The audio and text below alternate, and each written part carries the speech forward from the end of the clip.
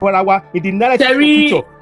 Sherry nǹkan tí Ìjẹ̀bú ṣe this time around tó bá jẹ́ pé gbogbo àwọn ọ̀dà Yorùbá míì nígbà tó ń irú nǹkan báyìí ṣẹlẹ̀ lọ́dọ̀ wọn tó bá dìde báyìí ni bẹ́ẹ̀ni gbogbo rádaràda tó ń ṣẹlẹ̀ nílẹ̀ Yorùbá lé ní yìí kò ní ṣẹlẹ̀ náà because gbogbo àwọn political king yìí náà fi rẹ́dẹ̀rẹ̀dẹ̀ rẹ́ wa lára. So Dele wọ́n á di Dele Momodu mo wá question ẹni tó fi òun náà máa ń claim Ifẹ̀ because Ifẹ̀ náà. mo wá sọ pé mo wá béèrè lọ́wọ́ pé ṣé Dele Momodu pé sọmọ fẹ́ ni kí ló tẹ́ hàn díẹ̀ wọn dá mi lóhùn.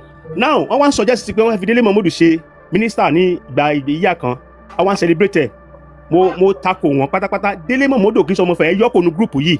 I think it's from Edo State or Delta State. Edo but Ifẹ̀ no bí sí gbọ̀ngàn nìyá ẹ̀.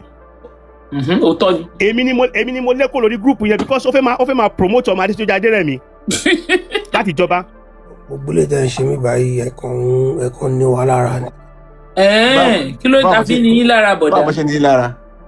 No, ẹ jẹ́ ká ẹ fún wọn láyè sà, ẹ jẹ́ kí n bèrè kí la fi ní yín lára sà, ẹ sọ̀rọ̀. Ẹ jẹ́ kí n kọ́kọ́ mo fẹ́ wúro. Màámi ẹni sórí burúkú mi ò ní wáyé tì. Gbogbo ètè wa ní ilé ayé yóò ní bàjẹ́ tèmi náà ní bàjẹ́ o. Ẹ wo gbogbo lè tẹ́ ẹ ṣe ń bí Mr. kí lórúkọ yín yẹn náà Adéka ṣé ibi ìbàlẹ̀ ti fẹ́ sọ fún wa pé Wasiu ọ̀ṣọ́mọ yín mọ́. Ẹ jẹ́ máa gbọ́. Hold on sir, ẹ jẹ́ kó sọ sorry this platform. No, wọ́n bèrè question. Gbogbo kò lè máa sọ̀rọ̀ ẹni tó bá fẹ́ sọ̀rọ̀ against ẹ jẹ́ free opinion ẹni let him say his mind please. Ẹni sùúrù mami ṣé èní ni Wasiu ti ń da ẹbí yín rú ni. Ẹ má jẹ́ ká ẹ wò. Ẹbí wo ló ń dàrú. Ẹ stop ẹ náà. Àbòsí gan la ń ṣe tá a bá ń pè Wasiu ó ń ṣẹgbẹ́ wa. Bẹ́ẹ̀ni. Ẹ̀gbọ́n tá à ń sọ yìí. Àwọn olùdẹrù bẹ́ẹ̀ tó máa ń sọ̀rọ̀ yìí. Mi ò sọmọ ìkéde. Mo ti wà l'Amẹ́ríkà for over 50 years. Ẹni kúre pẹ̀lú nǹkan tẹ́ ń sọ fún mi. Kí ló kàn mí mi ò fẹ́ yẹn ní orí platform mi. Ẹ stop ẹ náà. Ẹ má jẹ́ ká tọra wa. Wasiu ṣe mistake. Kò yẹ kó ṣe kó mo ti já wọn. Wasiu ṣe mistake. Ó dẹ̀ fi ọmọ Ìjẹ̀bú-Òde gidi mímọ̀ kó wọ́n gbé mi wá sí Ìjẹ̀bú-Òde. Ọwọ́ díẹ̀ lára ń fẹ́ náà. Èmi ti àwọn ń ṣépè ń bí. Mo mọ ìdílé mi Ìjẹ̀bú-Òde. Kò lè sọ pé òun fẹ́ àjọba Ìjẹ̀bú-Òde. Mo mọ ìdílé mi ìdílé Ọ̀ṣunúsì àti ilé Kóìkì. Ó dùn mí gan pé Wasiu lè ever venture pé òun fẹ́ jọba Ìjẹ̀bú-Òde. Ẹ jọ̀ọ́ má bínú, I don't know why people are like this. Now, if you have your money tí n bá ní owó mi lọ́wọ́ mo lè lọ sí Ifẹ̀ ń bẹ̀ yẹn kí n sọ fún ọ pé mo fẹ́ jẹ princess tó fà tówó ti wà lọ́wọ́ mi tí ọba tó dẹ̀ wà ń bẹ̀ ti sọ pé kí n go ahead àti èèyàn kan pátáparí ẹ̀ wọ́n bá mi wá ilé kan tó máa tàn mí mọ́. Ọba ní òun sọ́ọ̀rì o ó ti ní I'm sorry. Ọba jẹ́ kí n fi jẹ́ kó ṣe ṣe fún kéwọ́n nìyẹn. Ọba ní òun sọ́ọ̀rì ó ní I'm sorry. Ẹ pọ́n wọn lé ẹ pọ́n àti múlò bíbí. Ọ̀hún sọ̀rọ̀ bẹ́ẹ̀ náà ẹ kọ̀ wá ẹ̀mẹ́ tó ń sọ̀rọ̀ ẹ ti pè fẹ́ lẹ́yìn. Ẹ jákèjádé ẹ má bínú. Wọ́n máa já yín bọ̀ o wọ́n máa já yín bọ̀ o. Èmi ò fẹ́ kẹ́ ẹ̀ jà níbí mi ò lè fẹ́ ká búyàn lórí platform tolerate yẹ èmi ni host ẹ gbọ́ you see this platform mi fẹ́ ká búyàn mi fẹ́ ká insult èèyàn mi fẹ́ mo fún yín láyè ẹ sọ̀rọ̀ ẹ sọ máìkì yìí. Tani Ìjẹ̀bú-Òde ẹ sọ ọjọ́ Ìjẹ̀bú-Òde ní kẹ́ló dá sí. Ẹjọ́ ṣé Ìjẹ̀bú ni. Ẹ jẹ́ kẹ́ tó Ọba ẹ bẹ̀rẹ̀ question ṣé Ìjẹ̀bú ni ọba. Ṣé Ìjẹ̀bú ni. Tẹ́ bá fẹ́ attack mi ẹ jẹ́ ń bọ́. Ṣé Ìjẹ̀bú ni question ni. Attack yín náà. Bàbá yìí fún bàbá ìjà yóò yà ń dẹ̀kun. Ẹ wo mi ò fẹ́ mi fẹ́ mo lè máa block ọmọ Kóìkì sọ̀rọ̀ ọmọ Mẹ́bùdé sọ̀rọ̀ ọmọ Ṣẹ́ṣí sọ̀rọ̀ ọmọ Ìjẹ̀bú-Òde gidi sọ̀rọ̀ ọmọ Kóìkì sọ̀rọ̀ ọmọ àlejò. Bí bá ti rí kọ́mẹ̀tẹ̀nsì máa yọ kúrò lórí láìsí bàbá yẹn. Ọmọ Ṣáyìndé ni ọmọ àlejò. Ọba àjọmọṣẹ́ wọn yẹn ò mí nìkan tó ṣe ò dáa. Ọmọ Ìjẹ̀bú-Òde sọ̀rọ̀ wọ́n sọ̀rọ̀ tani wọ́n. Because mo ń rí kọ́mẹ̀ntì wọ́n kàn àtàkì Dade Ọ̀ṣínúsì ó dáná ọ̀wọ́ díẹ̀ lára ń fẹ́ àkí ń búyàn we are my short people here so ẹ má wá gbé gbogbo yẹn wá. mo ń wá kí block ẹ níbí báyìí straight away máa gbé jà wá síbi bíbá yìí. ọmọ Ìjẹ̀bú lè sọ ṣé ó gbọ́ Koiki kò mọ̀ ń jẹ́ kó yẹ pọ̀lítì ẹ̀ ní Ìjẹ̀bú de. Ìjẹ̀bú àwọn ò kì í jà o Ìjẹ̀bú ni wá o ọ̀wọ̀ díẹ̀díẹ̀ lára ń fẹ́. It's too much na mo tẹ̀ ń wá kí n block ẹ ní tó bá ti ẹ jẹ́ kó comment kí n block ẹ because mo fún ẹ láyè kó sọ má ìdí even if you want to say anything against àwọn tó ń sọ̀rọ̀ if you want to speak o bá fẹ́ speak for him you can speak not by insulting people. gbogbo alároma máa fún yín jẹ́nsìn ẹ wò fracas làwa o Facebook fracas làwa ti wá o ẹ bá sọ kínní ẹ máa gba wòtòwòtò ẹ máa rò pé nítorí pé àti sọ̀rọ̀ bìrà kínní gbogbo aláníwèrè akọ̀jú gbogbo ẹ̀ lẹ́ni because age ti dé we are an adult ni wa. No, because o kàn lè wá sórí. tẹ bá gbé wèrè wá ẹ máa gba wòtòwòtò lálẹ́ máa fún yín jẹ ẹ lọ béèrè mi wò ìjọba lélẹ̀ máa fún yín ní Facebook fracas. ó máa gbọ́ no o lè support candidate ẹ it is allowed. olùwà máa búyọ̀ yín báyìí náà. o de wa ń búyọ̀ it's too much. ẹ má bínú sáà go ahead. ẹ wọ ẹnu kó tó bọ́ sókè tó bá ti mọ̀ pé ò mọ̀rọ̀ sọ má gbúbọ̀ sókè because máa já ẹbọ máa dẹ̀ block yẹ. ẹ go ahead. ṣé mi. Tanu I am Zarama no mo ti bá yín sọ̀rọ̀ lẹ́fọ̀ọ́ okay báyé gún ẹ káàbọ̀ sórí ètò. ẹ kálẹ́ o. ẹ pẹ̀lẹ́ sà. ẹ jọ ṣé mo lè sọ̀rọ̀. Go ahead sir, it's your opinion. Ẹ má bínú ọmọ Ileife lèmi. Okay. Ó pẹ́ tí mo ti ń wo program yìí. Ṣé rí nǹkan tá ń sọ bí yìí kò kí ń ṣe fún Ìjẹ̀bú-Òde nìkan o. Fún gbogbo ilẹ̀ Yorùbá ni. Sọ̀rọ̀ mi yé yín. Fún gbogbo ilẹ̀ Yorùbá ni ọ̀rọ̀ tí ń fẹ́ sọ ó lè tó bí ìṣẹ́jú méjì mẹ́ta ẹ jọ̀ọ́ mo fẹ́ kẹ́ gbọ́ mi. Tí a bá dá sí from Ìbàdàn láti Ifẹ̀ láti Oǹdó ẹ má sọ pé wọn kì í sọ ọmọ Ìjẹ̀bú-Òde. No ó níbi ẹ jẹ́ kí ṣàlàyé ó níbi tí ṣe rí nǹkan tó ń ṣẹlẹ̀ ń bì gbogbo wa ló bá. Nǹkan tí mo fẹ́ ẹ má bínú ẹ jẹ́ kí sáré sọ̀rọ̀ ẹni sùúrù sàmá mo ní láti dá yín lóhùn kó má dàbí pé I am not Ìjẹ̀bú ṣe mọ̀ pé èmi náà mi ṣe Ìjẹ̀bú. Okay. Bọ̀ ìgbà táwọn ọmọ onílé ń sọ̀rọ̀ tí ò bá ọkàn wa ẹ lè ní gbogbo Yorùbá ni ọkàn wa jura wa lọ ṣe mọ̀ sá. bẹ́ẹ̀ni mo kàn fẹ́ ṣàlàyé àwọn kankan fún wa ni ṣé rí àwọn kankan wà tó jẹ́ wípé ní ilẹ̀ Yorùbá kò síbi tá a ti ń dáná ẹlẹ́ nǹkan bẹ̀ ló máa ń yàtọ̀. Number 1 tó máa sọ pé Ifá múyàn sọ̀rọ̀ mi yé yín tí wọ́n bá kó ọmọọba mẹ́fà sílẹ̀ tó bá pe onífá wa ó máa dífá ó máa explain àwọn mẹ́fẹ̀ẹ̀fà fún àwọn afọbajẹ ara máa lọ́n ti tiẹ̀ sọ̀rọ̀ mi yé yín àwọn afọbajẹ ló máa pìkì ẹni tó bá wù wọ́n nínú ẹ̀ ó wá depend lórí bóníkálù bá ṣe strong sí lọ́ ṣe máa mú kan nínú wọn ìyẹn ọ̀tọ̀.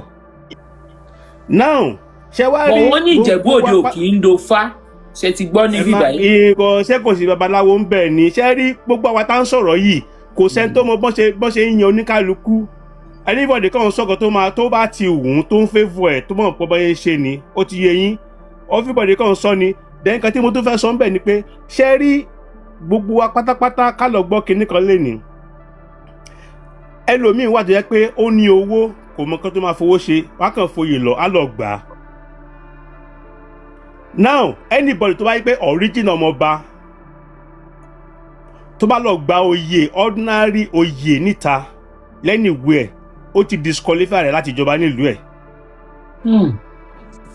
Even tẹ́ bá wo òun fẹ́fẹ́ fún example kan in a military ìwọ tó bá ti gba political appointment on ceremonial ó ti retired ara ẹ̀ ó lè ní promotion láíláí. Ẹ wo ìgbà tí Abacha kú Jeremiah Hussaini ló yẹ kó jẹ head of state torí pé ó ti gba minister for Abuja ní Abdulsalam Abubakar fi bọ́ síbẹ̀ ní Ilé-Ifẹ̀ nígbà tó ń du ọ nígbà yẹ Okun Adé Síjú Adé bàbá kan wà ń bẹ Peter Ogunleye lórúkọ wọn àwọn náà du ọba kò bọ́ sí wọn lọ́wọ́ ọba Ẹdẹ wá fẹ́ fi wọ́n joyè wọ́n sọ fún ọba Ẹdẹ pé no ọba làwọn ò kí ń gba oyè àwọn kan máa ń fìyàn joyè ni so even tó yẹ pé Wasiu gòtẹ́ ti Fùsẹ̀gbùwà jáde wá láti jẹ Mayegun of Yorùbá land, láti jẹ Bada Ogijo, láti jẹ Ọ̀kanlọ́mọ Olúọmọ of Lagos, ó ti wà disqualified. She understand? So and so many things where pé one by it one no he can accept title outside from his town, but not his town. Láíláí ó ti fi orí adé wọlẹ̀. Yorùbá ni by accepting Mayegun gangan. Gbogbo pátápátá Yorùbá ni wá, àwọn kankan jẹ́ Ìjẹ̀bú ni, àwọn kan jẹ́ Ìjẹ̀bú, àwọn kan jẹ́ Ìgbà, àwọn kan jẹ́ Ifẹ̀, gbogbo pátápátá tẹ́ bá wo root. Mo fẹ́ mú nǹkan sáré. Tẹ́ bá gbọ́ root ibi tí gbogbo wa ti wá, irú Ìjẹ̀bú-Òde ńsìn ọba ń ta ọmọ Bàtálá ni ló wá ti fẹ̀, ló wá ti wá lé ọba tó wà mẹ́ kó tó di ọba ń ta. So gbogbo pátápátá ìkankan náà ni gbogbo wa, ìlú àti èdè tá ń sọ àti orúkọ tá ń jẹ́ ló separate wa.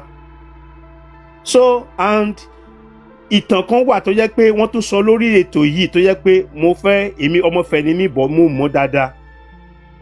Ṣé rí oyè Ọ̀túnba oyè olórí ọmọ wa Akílẹ̀ ọba Ìjẹ̀bú yẹn, gbogbo ẹ tó bá ń gbọ́ mi sìn yìí kàn lọ verify dáadáa. Tí n bá mọ líǹkì and sister Maureen màá forward ẹ̀ sí wọn. Nígbà tí Olísà of Ìjẹ̀bú-Òde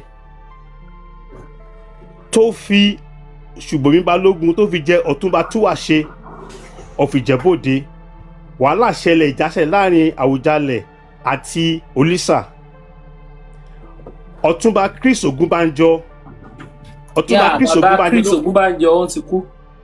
Wọ́n ti kú. Òun ló ń bá wọn parí ìjà, ló wá advice Àwùjalẹ̀ pé kábíyèsí ẹ wá, ẹ̀yin náà wá oyè kan kẹ́ create oyè kan fún Ṣùbọ́mi Balógun kẹ́ lè fi parí ìjà. Òun ló fi create Ọ̀túnba Túwàṣe, ló fi create olórí ọmọ Akílẹ̀ of Ìjẹ̀bú land. So anybody lè wá lè lo oyè yẹn ò kí ń ṣe oyè Ìjẹ̀bú-Òde, Àwùjalẹ̀ ló create ẹ̀. Ẹ bá bẹ̀rẹ̀ sá, ẹ fẹ́ Ìjẹ̀bú-Òde, àwọn Ìjẹ̀bú-Òde ìyàwó yín. Àwọn èèyàn míì mọ̀tọ̀. Ọmọlẹ́fẹ̀ lè confam lọ sọ yóò èmi. Wọ́n ti sọ sórí yẹn bí báyìí tẹ́lẹ̀. Aṣáájú ti sọ fún wa. Now ṣe wá rí ẹjẹ́ kíní kan wà tó jẹ́ pé àwa Yorùbá àti Ilé-Ifẹ̀ o àti Ẹ̀gbá o àti Ìjẹ̀bú àti Ṣàgámù gbogbo Yorùbá ẹ jẹ́ ká máa stop láti máa celebrate success àwọn kan ká máa fi gbé wọn lórí. Bóyá ọmọ Ìjẹ̀bú-Òde ti jẹ́ ambassador to bóyá ọmọ Ìjẹ̀bú-Òde kan ó ti jẹ́ ambassador to American sin, but ìyẹ́ lọmọ Ìjẹ̀bú-Òde ká máa count as ọmọ Ìjẹ̀bú-Òde. Mo fẹ́ fún ilé example kan, torí pé ó ti dèyàn pàtàkì yẹn àti sáré fà mọ́ra tó yẹ pé àwọn fìdí pọ̀tẹ̀ fúnra wọn ti wádìí Wasiu, wọ́n sọ pé wá ò kí ń sọmọ ìlú yìí o, ò kí ń sọmọ agboolé wa o. Ìgbà tó ń tẹ̀ sí ṣe mistake ẹ̀wọ̀ Mayegun òdodo mo sọ níbí báyìí lọ́jọ́ yìí mo ní ẹsẹ̀ jí níbi tẹ́ẹ̀sù sí ẹsẹ̀ kẹ̀rọ tí kò ń sọmọ ìlú yín nígbà tí ẹ fi jẹ Mayegun, nígbà tẹ́ fi jẹ Ọ̀túnba Fìdípọ̀tẹ̀ mọ́lẹ̀, nígbà tẹ́ fi dolórí ọmọọba kí lẹ̀ ń wò èyàn kí ló dé tẹ́ pariwo síta. Nígbà tí wọ́n fẹ́ yan Adéyẹyè as Ọọ̀ni of Ifẹ̀, a ní gúrùpù kan ní Ifẹ̀ Legacy Foundation. So Dele wọ́n wá hard Dele Momodu, mo wá question ẹni tó fi because òun náà máa ń claim Ifẹ̀ because Ifẹ̀ náà. Mo wá sọ pé mo wá béèrè lọ́wọ́ pé ṣé Dele Momodu pé sọmọ fẹ́ ni kí ló tẹ́ hard ẹ̀. Wọ́n dá mi lóhùn. Now wọ́n wá suggest pé wọ́n fi Dele Momodu ṣe minister ní ìgbà ìyá kan, wọ́n wá celebrate. Mo tako wọn pátápátá. Dele Momodu kì í sọmọ fẹ́ yọkọ nu group yìí. I think it's from Edo State or Delta State. Edo but Ifẹ̀ no bí sí. Gbọ̀ngàn nìyá ẹ̀. Òótọ́ ni. Èmi ni mo lẹ́kọ̀ọ́ lórí group yẹn because ó fẹ́ máa promote ọmọ Adéṣojú Adérẹ̀mí láti ìjọba. Èmi ni mo lẹ́kọ̀ọ́ lórí group yẹn. So ẹ má jẹ́ ká dédé máa celebrate, ẹ má jẹ́ ká máa celebrate success àwọn individual ká máa fi rub ara wa in the narrative of future. Ṣẹ́rí nǹkan tí Ìjẹ̀bú ṣe this time around tó bá jẹ́ pé gbogbo àwọn ọ̀dà Yorùbá míì nígbà tó ń irú nǹkan báyìí ṣẹlẹ̀ lọ́dọ̀ wọn tó bá dìde báyìí ni bẹ́ẹ̀ni. gbogbo rádaràda tó ń ṣẹlẹ̀ nílẹ̀ Yorùbá lẹ́ni yìí kò ní ṣẹlẹ̀. kò ní ṣẹlẹ̀ náà. because gbogbo àwọn political kìdí náà fi rẹ́dẹ̀rẹ̀dẹ̀ rẹ́ wa lára. nígbà tó fẹ́ fàdéyẹ ìjọba mà wọ́n interview boy kan pé kí lórí tó fẹ́ fi jọba orí dádì mi ló ní kí n wá. ṣe pé kò ní trust kò mọ nǹkan tó ń fẹ́ lọ ṣe ń bẹ̀. so àti ọmọọba o àtọmọ ìjòyè kó ní kálukú mọ ibi tó ti wá kó dẹ̀ kó dẹ̀. wọ́n tẹ̀ ní kí ẹrú kó mọra ẹ̀ nírú ẹrú kí wọ̀fà kó mọ ibi tó wà. so nǹkan tí mo fẹ́ sọ nìyẹn o kò fàjà. ẹ̀wọ̀ ẹ̀wú ire eléyìí tèmi kó onímọ̀ kan ń sọ fún gbogbo èèyàn ni pé kí ni báwo náà ṣe máa feel báwo làwọn ọmọ Alhaji Wasiu ṣe máa feel. ẹ lọ sí wọ́n ti mú tọ́ nìyẹn náà. ṣé mo lè sọ̀rọ̀. no because ó ti kó rẹ́dẹ̀rẹ̀dẹ̀ bá àwọn ọmọ tó bí. bíbọ̀ kó tó du oyè gan ti kó rẹ́dẹ̀rẹ̀dẹ̀ bá wọn. àwọn kankan wà tó jẹ́ pé kò ń ṣòwò àwọn ìwọ̀sí kan wà tó jẹ́ pé kò ní tán ẹ mọ̀ pé ìtàn ni nǹkan tó ṣẹlẹ̀ yìí àrọ́mọdọ́mọ wọn máa gbọ́. ṣé wọn náà sọ ìtàn tí àwọn baba ńlá baba wa ń ṣe tó ti ṣe láyé ìjọ́un. bẹ́ẹ̀ni. tí wọn ló délẹ̀ yìí. bẹ́ẹ̀ni. kò sí ṣẹ́rí tí wọn ló délẹ̀ yìí nǹkan tó ṣẹlẹ̀ yìí àwọn kan ti cut ẹ̀ wọ́n ti keep ẹ̀ in 100 years wọ́n á máa fi pa àwọn ọmọ wọn náà máa ìdìde pé wọ́n fẹ́ ṣe nǹkan míì lọ́yàn làwọn máa ní kó jókòó ta ni bàbá ẹ nílẹ̀ yìí. àwọn ọmọ ẹ lè dé bẹ́ẹ̀ àwọn ọmọ ẹ lè dé bẹ́ẹ̀ bàbá wọn chance bàbá wọn ní ló ti lò yìí bàbá ọmọ wọn lè dé bẹ́ẹ̀. ṣẹ́rí sista Maureen ṣẹ́rí uncle tó sọ̀rọ̀ yẹ on fact ilé àtọ̀nà yóò ní dàrú. àmín Jésù. ṣẹ́rí ọ̀rọ̀ yìí sista Maureen tẹ́ bá rí lọ́jọ́ kan tí wọ́n ń sọ̀rọ̀ pé wọ́n fi Ọ̀túnba Ṣùbọ́mi jẹ olórí ọmọ wa mo sọ lọ́jọ́ yẹn wípé Olisa ló fi during that ìjà àwọn Bísí Ọ̀nàbànjọ yes you said it ìgbà yẹn náà fi Àwùjalẹ̀ náà fi Ọ̀túnba Ṣùbọ́mi jẹ ẹni kò sí nǹkan tó ń jó lórí ọmọ ọba ẹ sọ.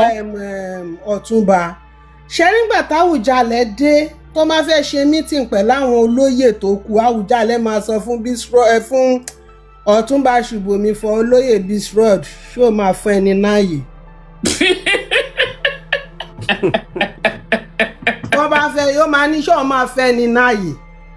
Oh my God. ipe olóyè Bisrod ló pè kò ń pè ní kò lè pè lórúkọ ìgbà tó wáyá ló á ní kó máa joyè ṣó máa ṣẹ̀ lọ́mọ wa kó máa wá joyè. because wọ́n máa ń ní kó yẹ̀bá fún wọn tán bá fẹ́ ṣe meeting gbà yẹn ni. ìgbà yẹn l'Àwùjalẹ̀ ṣẹ̀ wá fi jẹ́ because Àwùjalẹ̀ kò fẹ́ máa pè ní Ọ̀túnba tó Olisa fi jẹ́ yẹn. because kò ń ṣòun náà á ṣẹ̀ wá fún òkè Olisa ló fi àwọn jẹ Ọ̀túnba fún wọn. Olisa ló fi jẹ́ Ọ̀túnba nígbà tí incident ṣẹlẹ̀ bí strong kan tó fẹ́ yọ Àwùjalẹ̀. bẹ́ẹ̀ni. so ngbà tá Àwùjalẹ̀ dé Àwùjalẹ̀ ní pride Àwùjalẹ̀ ní ìgbéraga. ó máa sọ wọ ṣó máa yẹ ẹ̀bá ẹni olóyè Bisrod bó ṣe máa ń pè nìyẹn. tó bá jáyé ìgbà wọn ní ti bọ̀dá Wasiu ṣẹlẹ̀ nǹkan global jẹ́. Àwùjalẹ̀ never like gbogbo ọmọ Ìjẹ̀bú-Òde tó bá wà ń bí lè testifies Àwùjalẹ̀ never like Wasiu. He never like him at all láti bí síbẹ̀ yẹn. correct at all. so wọ́n tèkì bàbá yẹn bí ìgbà tó ti hold. mọ́mí ẹ má bínú mà ṣe mọ̀ pé asa tó fi jẹ lówó ọba ṣe mọ̀ pé ó wá pe ìdílé mẹ́rin ní early last year January ọmọ ṣe meeting ọdẹ sọ tuntun ẹ fún pé ọ ní iná wọn dùn sí pé ọmọ pé kò ṣe ìfẹ́ Àwùjalẹ̀ pé ó lo advantage olórí ni. ọdọ wọn accept o. mo mọ bẹ́ẹ̀ ìjọba dárúkọ Ọ̀túnba Ṣọ̀tẹ̀ níbi báyìí mímọ̀ Ọ̀túnba Ṣọ̀tẹ̀ dáadáa. Number 4 ni wọ́n ní gbogbo Ìjẹ̀bú-Òde. ẹnà ṣọ́wọ́n aláwọ̀sá ìmàgbà fún gbogbo pé níwọ̀n ọdún sí pé kò ṣe ọmọ kò ṣe dùn Àwùjalẹ̀. tó ìgbà tí wọ́n wá fi tí Àwùjalẹ̀ ṣẹ̀ wá fọ̀túnba Ṣùbọ́mi jẹ Àwùjalẹ̀ tó jẹ́ fi jẹ olórí ọmọọba. tí wọ́n sọ pé òun ń kọ́ Àwùjalẹ̀ kọ́ ló fi jẹ Ọ̀túnba nígbà tó fi wọ́n jẹ olórí ọmọọba àwọn ń jẹ lọ. ìfún káwùjalẹ̀ tó kú kí bàbá Ṣùbọ́mi gan tó kú àwọn àtàwùjalẹ̀ ń jà. wọ́n jà bẹ́ẹ̀ ni wọ́n jà. wọ́n jà tán fi kú ni táwọn méjì fi dẹnu ọ̀run. àdíngbà tí wọ́n fi olórí ọmọ ọba ìjà yẹn kí lẹ́yìn fi pé kíni ìjà yẹn ló jẹ́ kán fi olórí ọba kán fi máa ìjọ ta ló wọ́n ọjọ́ tí Àwùjalẹ̀ máa hàn náà kò ń ṣe nǹkan tí Wàsíù náà mọ̀ tẹ́lẹ̀ náà. bẹ́ẹ̀ni. tèbíjọ́ tí Mr. T. bọ̀dá Túndé Ṣọ́yè. yes lọ́jọ́ tó Túndé Ṣọ́yè ń ṣe ìwúyè oyè tó fi wọ́n jẹ mo ti tọ́ dá ọ̀tún oyè òsì ọba padà sídìílé Ṣọ́yè. wow èyí tí ẹ mọ ìtàn Ìjẹ̀bú. dàtọ́ jẹ́ lébọ̀ bàtọ́ ní Ṣọ́yè lọ lọ́bì fún oṣù yẹn o. bọ̀ kékeré yẹn náà ti gbé mi wọ̀ Ìjẹ̀bú-Òde bàbá àti ìyá mi ọmọ Ìjẹ̀bú-Òde ni ọmọ Ìjàdá ni mí nídìílé bàbá ọmọ àwa lọ Ìtààfin ni mí. níjọ́ yẹn à ń sọ̀rọ̀ olóbìnrin Òjòwú obìnrin a gbọ́dọ̀ máa tú di òrìṣà wa a gbọ́dọ̀ máa tú síta ni tó bá ń gbé obìnrin Òjòwú wọn máa ń gbé séjìká ni ó dẹ̀ máa gbin ni yes wọ́n dẹ̀ máa ń nàyàn tó bá ń nàyàn kò sí bọ́n ṣe lè nàyín tó lẹ́gba kò ní dégbò ó dẹ̀ ní ajá tó máa ń bẹ́ sí di ìrókò yẹn. èèyàn kan ní ọmọ ìtalápò ni èmi o. kò ní jẹ kò ní títí di ọdún kan tó ń bọ̀. sista Maureen ìtàǹtẹ̀bọ̀ ní Ìjẹ̀bú-Òde ẹ̀yin ọmọ àfìdípọ̀ tẹ̀mọ́lẹ̀ o. nígbà tí bàbá yẹn dẹ̀ tó dẹ̀ kú ọmọ bàbá Ṣùbọ́mi sọ̀rọ̀. ọjọ́ wékìpì yẹn sọ̀rọ̀. but people ignore him. tó kíní yóò ń ṣe kíní Wàsíù ò lè jẹ nǹkan tó ń sọ yẹn àwọn ọmọ yìí sí ló máa mọ̀ pé wọ́n like òun wọ́n dey like him as a person as pé music fine bọ̀ yí pé kó wá jẹ ọba yẹn àwọn alálẹ̀ Ìjẹ̀bú gan ò ní gbà fún un. ó pa alálẹ̀ lé orin tó kọ yẹn ó pe alálẹ̀ lé ó pe àwọn alálẹ̀ ó dẹ̀ pe lórí ara ẹ̀ ni ó pe spirit òun náà kéré náà kò mọ nǹkan tí Ìjẹ̀bú mo sọ lọ́jọ́ yẹn bíbẹ̀ kò mọ òun náà kéré náà ṣé kò mọ nǹkan tí Ìjẹ̀bú gan fojú Àwùjalẹ̀ jẹ ṣẹ́rí gbogbo ìtẹ́rí táwùjalẹ̀ ṣẹ̀ lọ sọ pé aṣíwájú Muslim ní kọ́fíìsì òun yẹn wọ́n lé Àwùjalẹ̀ wọ́n lé lére mọ́tò kọlù kẹ̀kẹ́ Ìjẹ̀bú lẹ́ fi ṣeré òun náà wá gbọ́ wá rìn ó ti rìn òun náà ti débì kan òun náà ti dòṣà l'Àwùjalẹ̀ ṣẹ̀ lè máa pa gbogbo àṣẹ yẹn o. so gbogbo èyí tí wọ́n ń sọ yẹn àìpé Wàsíù ń padà bọ̀ yẹn kò lè jẹ́ o. ó lè jẹ́ padà bọ̀ Abija o ìtàmátì ẹ̀ka káàbọ̀. ẹ mọ̀ tí kíní yẹn bá bọ́ sọ́wọ́ Ládi ọ Bíọ́dún Ọ̀nànúgà wàhálà ó máa lùsì orí ọmọ báyẹn. wọ́n gbà lọ́wọ́ ẹ̀. wọ́n bọ́ sọ́wọ́ méjì yẹn. sọ pé tó bá ti ṣe kíní sí ò ti ń ṣe ọmọ Ìjẹ̀bú-Òde ó ti tanná wọ̀rọ̀. tó bá bọ́ sọ́wọ́ Ládi Balógun ọkọ̀ bọ́ sórí ọwọ́ Bíọ́dún Ọ̀nànúgà. wọ́n dẹ̀ máa gba báà náà ṣe ń pè é wọ́n máa gba Ọ̀túnba Fìdípọ̀tẹ̀ wọlé wọ́n dẹ̀ tún náà máa kọ lẹ́tà sí Ọ̀yọ́ gan. tó bá ti bọ́ sọ́wọ́ Ládi. nípa ẹni tó bá lè ṣerú nǹkan tó ṣe yẹn kò wọ́ọ̀tì láti jẹ yóò máyégún gbogbo Yorùbá land. àwọn Ṣùbọ́mi mí nẹ̀ o. wọ́n lè dọ́yọ̀ ara ẹ̀fọ̀yọ́ sílẹ̀. wẹ́ẹ̀ tó bá dé wọ́n kàn lè ṣe mọ́ pé wọ́n kàn lè make request tán bá ṣe. wọ́n lè dọ́yọ̀ agbára yóò dọ́hùn. ìwà burúkú ló wù yẹn. ọgbára yóò tẹ̀ dọ́hùn ọba Ọ̀yọ́ gan-an. tẹ̀sí ẹ̀wá níwà ìṣẹ́rù nǹkan tí Wàṣẹ́ máa wo tán bá jọba lẹ́ni Wàsíù wọ́n pè lélẹ́rẹ́ kò ní lọ. kò ní lọ níjẹ̀bú. ìtìjú ni kí ló fẹ́ lọ fún ìtìjú ni. kò ní wá nígbà tó ti ẹ̀dùn òye gan tán pé fọ́ bá ń ta fẹ́sọ̀ bá ń ta dètò ṣe ń Jẹ̀bú-Òde yọjú. kò ń ṣe eléyìí tó wà yìí òun àti ẹ̀yin àti wọn ò sí nídìí same. àti tó bá ti lè bọ́ sọ́wọ́ kó máa gbàgbọ́ kó máa bọ́ sọ́wọ́ Bíọ́dún Ọ̀nànúgà ọ̀ Ládi Balógun lọ́nà méjì yẹn tó bá bọ́ sọ́wọ́ wọn ó máa lùsọ̀ lórí wọn báyẹn. bọ̀ ó yìí máa gbé Ìjẹ̀bú náà kò sáà lè gbọ́ ṣáà. ó lè kó bẹ́tọ̀ ó máa gba òye lọ́wọ́ ẹ̀. ṣẹ́fẹ́ gbìn kan ọmọ tí bá sẹ̀ nìkan táwọn ló máa go ẹ̀ǹsà ní Ìjẹ̀bú ó ti tẹ̀nà. last week gbẹ́kọ̀ngì àti ibùmáwé wà mí kan tó ṣe yẹ̀yẹ́ gbẹ́kọ̀ngì ọba gbẹ́kọ̀ngì sọ̀sà àti ibùmáwé àgọ́ tó wà mí kan tó ṣe fàájì mi kan tó ṣe yẹ̀yẹ́ gbogbo ọ̀rẹ́ dẹ̀ nìyẹn gbogbo ẹgbẹ́ kan lọ wà o ẹgbẹ́ kan lọ wà o. èmi ò mọ wá ẹ̀tọ́ fún ìrìn àjò yìí mi mọ̀ kan tó ti wọ́n lọ ṣe. Ẹ má bínú nǹkan tí mo kàn fẹ́ sọ ni pé ṣe rí ọ̀rọ̀ Alhaji Wasiu. Ó dàbí àṣàṣì everybody fi ṣàríkọ́gbọ́n pé ọ̀la àmọ́ kan tí ọ̀la máa bí. Bẹ́ẹ̀ni. Oníkadùkú sọ ìwà ẹ̀. Bẹ́ẹ̀ni. Oníkadùkú sọ ìwà ẹ̀. Bẹ́ẹ̀ni. Àmọ́ kan tí ọ̀la máa Wasiu gan ò mọ̀ wípé irú nǹkan báyìí lè ṣẹlẹ̀. Ó tẹ́ mọ̀ fún ọ̀dá ìkírun tó yìí. Ìjẹ̀bú lọ́lọ́run fi ṣe pàṣọ́nà. Ẹ wo gbà tó ṣe àwọn àfáà yẹn tó ní kó apologize. No matter how. Wọ́n ti ẹ̀yin apologize ó lóun ò lè apologize pé tóun bá apologize. Tẹ́ bá ń wo àwọn tó ń jọba nílẹ̀ Yorùbá pátápátá 2% wọn ló jẹ́ wípé wọn ò ní history ní ìlú wọn iṣẹ́ rẹ̀ tó ti ṣe sílùú. Bẹ́ẹ̀ni. Cherry Síjọ́ Adé kó tó kú. Tẹ́ bá dé Palace Ifẹ̀ Síjọ́ Adé ló kọ́ 2-story building tó wà ní Palace Ifẹ̀. Kó yẹ Adérẹ̀mí tó kú. Tẹ́ bá dé Ṣàgámù Ṣónáríwo Àkárìgbò Rẹ́mọlán mo bá ṣiṣẹ́ for 15 years. Àwọn èèyàn ló ń ṣe nǹkan fún Ìjẹ̀bú Òde kò ṣe náà. Ó ti ṣe so many things fún Ṣàgámù kó tó di pé ó du ọba. Tẹ́ bá dé Ẹ̀gbá ó pọ̀ dáadáa bẹ́yẹn. Àwọn rìsọ́ọ̀tì tó ṣe tó ní káwọn èèyàn wá fi 40 million ṣe membership for what? Ẹ̀nà 40 million ni. 40 million ni o. Ẹ̀nà bá jẹ́ club 40 million ni. 40 million ni tẹ́ bá fẹ́ join club. Ní Ìjẹ̀bú Òde ń bẹ̀. tó ṣe mo ti fẹ́ kan rówó ṣé ìyẹn náà ń pè pé ó ṣe nǹkan sí Ìjẹ̀bú Òde.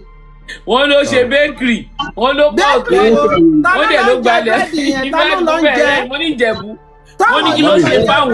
Mọ́mí búrẹ́dì yẹn tẹ́ bá dé Lagos garage búrẹ́dì yẹn dùn Lagos garage wọ́n máa ń gùn. búrẹ́dì yẹn pẹ̀lú èyí tí Fétíà ṣe sékù kẹwò yìí tó ń ṣe kinní jù. Ta ló ń jẹ́ Fétíà? Ìyàwó ẹ̀. Òyìn náà ṣe búrẹ́dì ni. náà ṣe mọ̀ pé orúkọ ọmọ ẹ̀ ló fi ṣe búrẹ́dì yẹn Àǹjọ́lá. So ìyẹn ìgbà tó ń fẹ́ ra wọn mọ́ yẹn ìyẹn continue búrẹ́dì yẹn lẹ́kọ̀ọ́. Okay. Ẹ bẹ́ẹ̀ ká pawọ́ ní búrẹ́dì yẹn jẹ́ bóde. ìyẹn dẹ̀ ń ṣe búrẹ́dì yẹn à ń rìn náà ó ń kọ́ ham party wọ́n ń ṣe gbogbo ẹ̀. Òun ọmọ Ìjẹ̀bú Òde mélòó ló ń jẹ búrẹ́dì yẹn. Àmọ́ mi ìyá ẹ̀rọ ẹ má sọ yẹn búrẹ́dì yẹn ó tà Ìjẹ̀bú Òde o. Ọmọ mi sàṣì sáà rẹ̀ Sunday wà láàrin ẹ̀ ní Ìjẹ̀bú Òde olùkọ́ ló ta búrẹ́dì yẹn. tọ́rẹ́ mi kan tó lọ lé tó ní búrẹ́dì yẹn ti bàjẹ́. Ẹ bá dé Lagos garage ẹ má ṣe bàjẹ́ náà. Ṣẹ́gbọ́. Ìjẹ̀bú. Sunday wà láàrin ẹ̀. Ẹ̀bọ̀ ó máa ń tètè bàjẹ́. Ẹ bá tẹ̀ bàjẹ́ ẹ̀kọ́ máa ń pèsè àrò bẹ́ẹ̀. Ẹ ló ń tà. 4 years ago tí mo wà lé 4 years ago tí mo wà ní kò 1-2. Ó tóbi gan. Wọ́n ní kò ṣe jack ẹ máa gbọ́ wọ́n ní kò ṣe jack no school no library no scholarship for youth of Ijebuland he is only making money for him. Businessman ni. Ẹ wo bàdá Fẹ̀túgà tó ń bá a ṣiṣẹ́ yẹn tẹ̀bí àbúrò àǹtí tó ń àǹtí Dọ̀tun Fẹ̀túgà ni tó bí Wàsílà ọmọ ẹ̀ tó kú fún. Ó náà fi búrẹ́dì gboyè lọ́wọ́ yín. Búrẹ́dì wèrè wo ni búrẹ́dì kan jẹ. Ìjẹ̀bú mo bẹ̀rù yìí o bọ̀. náà ìbẹ̀jẹ̀ bá lọ́tẹ̀ bọ̀dé nìyí ṣe rí respect ẹ bá mo respect sí Ìjẹ̀bú ní nísìn iyì yìí pọ̀. Sísá Mọ̀rin gbọ́ ta bá fẹ́ yàgò obìnrin àgbọ̀ mélòó ń bìrọ̀ ọkọ rẹ̀ àárọ̀ yẹn.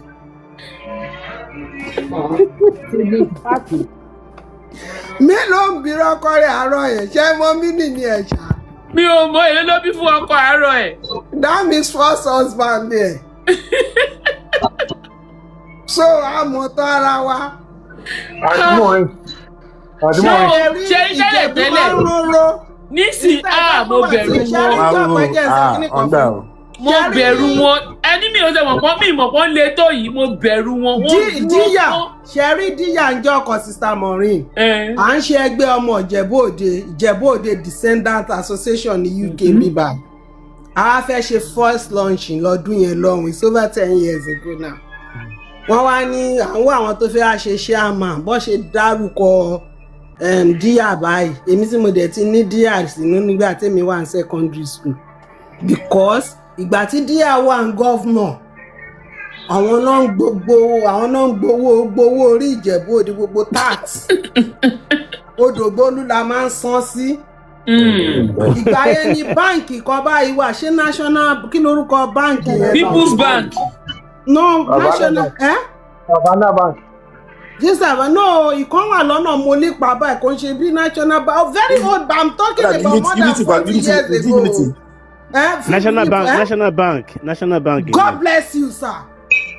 Ibẹ̀ la máa lọ sanwó school gbogbo táàsì sí bọ́ àwọn ọmọ school náà dá wọn gbèsè o. 20 naira la máa ń san gbà yẹn. A máa san 2 naira àwa yí zero sí tó bá ti fi wá fẹ́ lápẹ́. Gbèsè lẹ́yìn. Láti kékeré yẹn ọmọ kékeré. Làwọn kékeré yẹn wo bàtà wà secondary school. I'm talking ní ọdún tó ti National Bank yẹn ti pẹ́ náà. Bẹ́ẹ̀ni. And mo finish secondary school ní 1988. Mo dẹ̀ ti roró yẹn sínú láti gbà yẹn. Díẹ̀ má ti kú. Kí lẹ́yìn sà? Ó ti kú. Díẹ̀ ti kú. No, ó padà ní kó tó kú ni náà. Àwa fẹ́ ṣe kínní Ìjẹ̀bú Òde December fẹ́ ṣe kínní. Ìgbà yẹn ta ló kọ́kọ́ akọrin fún wa náà Sàláwà kó tó akọ́kọ́ ládé ọ̀nà. Àwa náà bẹ́ẹ̀ fi dé fight díà kó jẹ́ ṣe àmà. Èmi lè ní fìjẹ̀bú sọ fún ẹ lè ṣe o. Kò tẹ̀ ní fún ilé ìgbésẹ̀ láíláí. Gbogbo wọn fọ́ sẹ́rìn bẹ́ẹ̀ pé Ìjẹ̀bú rèé gbogbo wa Ìjẹ̀bú pé inú meeting ni wọ́n ní kò ṣe o mo ní níbo àkọ́kọ́ náà kò jẹ́ ká gba state secondly tó tiẹ̀ ti fi ṣe yẹn ó ń gba táàsì ó dẹ̀ láyàláyà ó ń wọnú Ìjẹ̀bú Òde ó wá lo power ẹ̀ à ń san gbogbo táàsì wa fún ẹ kí ni Odògbolú fi tó wa. Mélòó la yẹ wọlú. tó ẹ̀yẹn worú yẹn bọ́n kò lè wá kó wá wọn àti gba ẹ̀wọ̀n tí ẹ sọ̀rọ̀ ẹ̀ mọ́ tó Ìjẹ̀bú àwọn máa wò ẹ́ kò ṣe kò tẹ̀ ni. Bẹ́ẹ̀ni. Àní mo bẹ̀rù ló sẹ́. Ẹ jẹ́ kí ẹ má bínú mo fẹ́ sọ kíní kan ṣé rí gbogbo Yorùbá pátápátá mo fẹ́ kẹ́ ẹ kíyèsí kankan ṣé rí tẹ́nìkan bá ní agbára tó bá lágbára tí ò bá sẹ́ni tó lè mú wọn á máa bí Ọlọ́run tì í kọ́lọ́n kó mú kọ́lọ́n má jà sí. sọ̀rọ̀ mi yé yín bọ́n ṣe ń bí Ọlọ́run kó mú yẹn wọ́n á tún máa pọ́n lé wọ́n máa gbàtọ̀wọ́ ẹ̀. Ọjọ́ tí àdúrà yẹn àbí èpè yẹn tó máa ṣe báyìí kò ní sólúgbèjà fún. Bẹ́ẹ̀ni. Ẹ wo Abiola for example MKO is one of them. So téèyàn bá ní agbára kó sọ agbára yẹn kó sọ lò. Ẹ wo Adedibu Ogoni local government is very bigger than Adedibu local the government. same thing. So téèyàn bá ní agbára ẹni yẹn máa ń lálà máa ní. Kó sọ lò. Olọ́mọ yẹn local government tó wà London Ìjẹ̀bú. Díà. Àtúmọ̀ mi. Ta ẹ̀ka lẹ́sà. Mr. Martin ẹ̀ka lẹ́ẹ̀kọ́ mo ti pè yín tẹ́lẹ̀. Bí Díà sì jẹ́ nọ́mbà 2 tó yẹn bí Díà sì jẹ́ nọ́mbà 2 tó Díà ọmọ ẹ̀ ń ṣe first born ẹ̀ sí mi àbí lórúkọ ẹ̀ ó ń ṣe security London. Because kò wùwà dáadáa ni. First born Díà ó ṣe security London. Tí ó bá jẹ́ pé Àwùjalẹ̀ tó lọ bá Àbàṣà nígbà táwùjalẹ̀ dé àbá tó débẹ̀ yẹn táwọn Àbàṣà fẹ́ máa sọ pé wọ́n láwùjalẹ̀ sọ fún pé ó wo bó ṣe plan coup yẹn Àwùjalẹ̀ wọ́n ló dẹ̀ sọ fún Àbàṣà yìí pé kó jẹ́ kóun rí Àbàṣà ó dẹ̀ kó jẹ́ kóun rí di ó dẹ̀ dọ́dọ̀ Díà Ìjẹ̀bú ló fi sọ fún ó ní wo mọ̀ ń fọ́rọ̀ ṣe yẹn ní gbólóhùn kan ní kọmọkébé bó ṣe sọ fún ní Ìjẹ̀bú ló fi sọ fún ìyẹn dẹ̀ fún lésì ó dẹ̀ lọ bá dí Àbàṣà ó ní remember Ọládipúpọ̀ Díà is our son Àwùjalẹ̀ dẹ̀ kúrò. Nǹkan tó ń fi pa Díà Àwùjalẹ̀ náà ò jẹ́ kó pa Díà. Yes. Abẹ́lẹ̀ dá ẹ̀. Ẹlẹ́dàá ẹ̀kọ́ nǹkan tó tún wá fà á nìyẹn tó fi jẹ́ pé tí gbogbo Nàìjíríà fi respect Àwùjalẹ̀ ọba mélòó ló lè ṣe ológun àlàsọ. Wọ́n jáde níjẹ̀bú Òde tó bọ́ra sí wòwò a lot of things náà ṣe fún wọn ṣe pa máa wọ́n ṣe pa rí máa lọrin yẹn pa mo ti gbàgbé orúkọ ẹ̀. Àdìsá lásìdẹ́ǹtì yes àwọn arúgbó bọ́ síta wọ́n dín àkàrà Àbàṣà láì tí ì kú tó dẹ̀ gbé pósí ẹ̀. Kéèyàn má lágbára kó sọ agbára ẹ̀ lò àti ìkọjá yìí ẹ̀ ní mò ń bá a ní gbà mí ọlọ́run má jẹ́ àtẹ́. ó tẹ́ o. àwọn ìrìn àjò kan wà tó jẹ́ àwọn ìgbésẹ̀ kan wà ìgbésẹ̀ tá a máa gbé tá a máa tẹ́ kọ́lọ̀ má jẹ́ àgbé. àwọn because ó ti gba yìí wọ́n ti lórúkọ wọ́n ti ṣe oríṣiríṣi àṣegbé eléyìí báyìí àṣetẹ́lẹ̀ ó ń ṣe pamọ́ ni. àṣetẹ́lẹ̀ eléyìí. ẹrántí ọlọ́rọ̀ ọ̀nù bíbélì ẹrántí rẹ̀ tó sọ pé nísìnyí mo ti kọ́ mo ti kún gbogbo ẹ ti kún kí n máa jẹ́ kí n máa mú. ó ní òní ni á béèrè ẹ̀mí rẹ̀ lọ́wọ́ ìwà àṣírí. ṣẹ́rí téèyàn bá ti wò pé téèyàn bá ti wà full of himself pé kò sẹ́ni tó tóbi kò sẹ́ni tó sí tí mo lè gbà. oúnjẹ yóò ní wọ́n wá ń wá bẹ́kùbẹ́kù kiri. yóò jábọ́ láti òkè yóò dẹ́rì fọ́lẹ̀ gbà ọ́. ó já o kò lè dàbí mọ́ ṣé sóòlù fẹ́ lọ ni. títà mọ́rin àwọn èèyàn sọ̀rọ̀ àwọn ọmọ wọn sáwọn ọmọ Wasiu Ayinde gan lójú tì. ní sùúrù ẹjẹ́ àti ibi fúláìtì tó fẹ́ hijack fúláìtì yẹn tó fẹ́ hijack ẹjẹ́ àti bẹ̀rù tọ́mọ ẹ̀ lóhun ó sùn wọn. ẹjọ́ tọ́mọ yẹn bá tó jẹ́ pé lóòótọ́ ló sọ́ọ́dì lọ tí ó kò mọ̀ pé wọ́n lè bẹ́ẹ̀ bàbá òun tó hijack fúláìtì. yóò ok irú gíbo ló fẹ́ so èso iṣẹ́ burúkú ó so èso rẹ ni. kò possible now kò sí bẹ́ẹ̀ ṣe ẹ̀ lè yọ ẹ̀jẹ̀ bàbá ẹ̀ lè yọ kù lára ọmọ.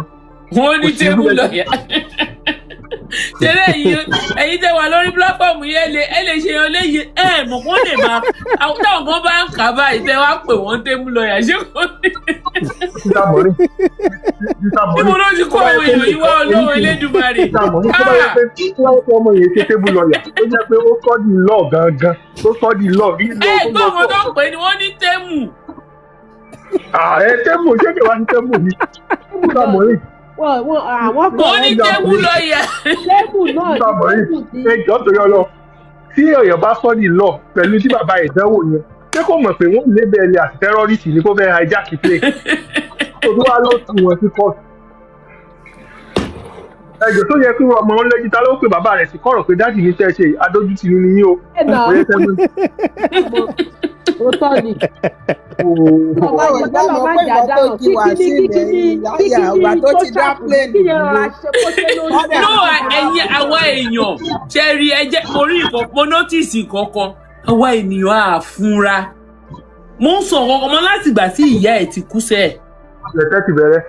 ẹ lọ wo àwọn gbogbo ìgbésẹ̀ wá gbogbo àwọn nǹkan tó ń ṣe ló ń mì sí ẹ̀. tí ò bá ṣọ́ra lẹ́yìn tí ìyá ẹ̀ kú yìí pé tí ò bá ṣọ́ra òun kò ní pẹ́ tẹ̀lé. gbọ́n kan tó ń sọ ni àwọn kan máa sọ wípé pẹ̀lú nǹkan tó jẹ́ ẹ̀rí ní ọjọ́ tí Ọlọ́run fẹ́ mú ìṣe ìka ènìyàn ó ní olùgbèjà ò ní sílé. bí èjì ní plane yẹn ṣó yẹ kó tún lọ jàjọba. because gbogbo ìgbà tẹ́mi rí plane mo ní ṣàbìlú nílé. bíbélì ní plane yẹn ò ṣojú ẹ̀fọ́ àbìlú gidi ni.